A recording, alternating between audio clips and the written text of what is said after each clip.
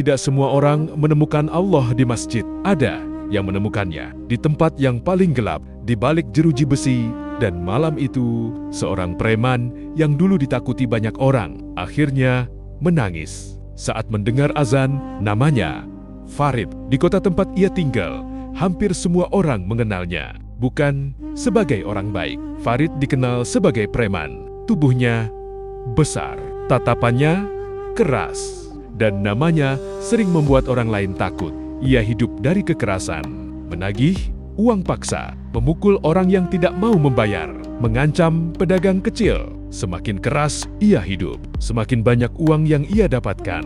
Tapi ada satu hal yang tidak pernah ia dapatkan: ketenangan. Ibunya sering berkata kepadanya, "Farid, suatu hari kamu akan lelah hidup seperti ini." Namun Farid hanya tertawa. "Uang bisa membeli segalanya, Bu." Ia tidak pernah merasa bersalah. Sampai suatu malam, semuanya berubah. Malam itu, Farid dan beberapa temannya terlibat perkelahian besar. Pisau keluar, orang-orang berteriak, polisi datang, dan Farid akhirnya ditangkap. Sidang berlangsung cepat, hakim menjatuhkan hukuman berat. Beberapa tahun penjara. Hari pertama di dalam sel, Farid masih terlihat kuat. Ia berkata kepada narapidana lain, "Aku sudah biasa hidup keras." Namun, minggu demi minggu berlalu, hidup di penjara berbeda. Tidak ada teman lama, tidak ada uang, tidak ada kekuasaan, hanya dinding dingin. Dan waktu yang berjalan sangat lambat. Hari-hari Farid mulai berubah. Ia lebih sering diam, duduk di sudut sel, kadang menatap langit kecil yang terlihat dari jendela jeruji. Di tempat itu, ia mulai memikirkan hidupnya. Orang-orang yang pernah ia sakiti, pedagang yang pernah ia pukul, keluarga yang pernah ia ancam, dan ibunya yang selalu mendoakannya. Tapi yang paling menyakitkan adalah satu hal. Selama hidupnya, ia hampir tidak pernah benar-benar berbicara dengan Allah. Suatu sore, ketika matahari mulai tenggelam, Farid duduk sendirian di selnya. Tiba-tiba dari kejauhan terdengar suara azan maghrib. Masjid di dekat penjara mengumandangkannya dengan jelas, "Allahu Akbar, Allahu Akbar." Farid terdiam. Suara itu terasa berbeda, seolah setiap kalimat mengetuk sesuatu di dalam hatinya. Ia teringat ibunya. Ibunya selalu berkata, "Kalau kamu tersesat, dengarkan azan dan pulanglah kepada Allah." Selama ini, Farid tidak pernah peduli. Namun, sore itu, duduk sendirian di penjara.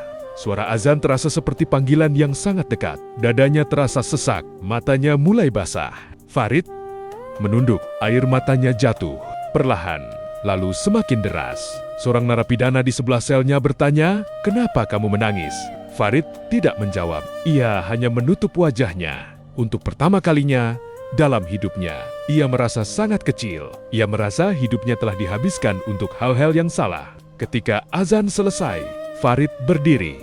Tidak ada sajadah, tidak ada tempat yang nyaman, hanya lantai dingin penjara. Namun ia tetap berdiri. Tangannya gemetar, Allahu Akbar. Dan saat dahinya menyentuh lantai, Farid menangis. Tangisan seorang lelaki yang selama ini merasa kuat, tapi sebenarnya sangat jauh dari Tuhan. Di lantai dingin itu ia berbisik, "Ya Allah, jika Engkau masih mau menerima orang seperti aku ingin berubah." Malam itu tidak ada yang melihatnya, tidak ada yang memujinya. Namun sejak malam itu, hidup Farid mulai berubah.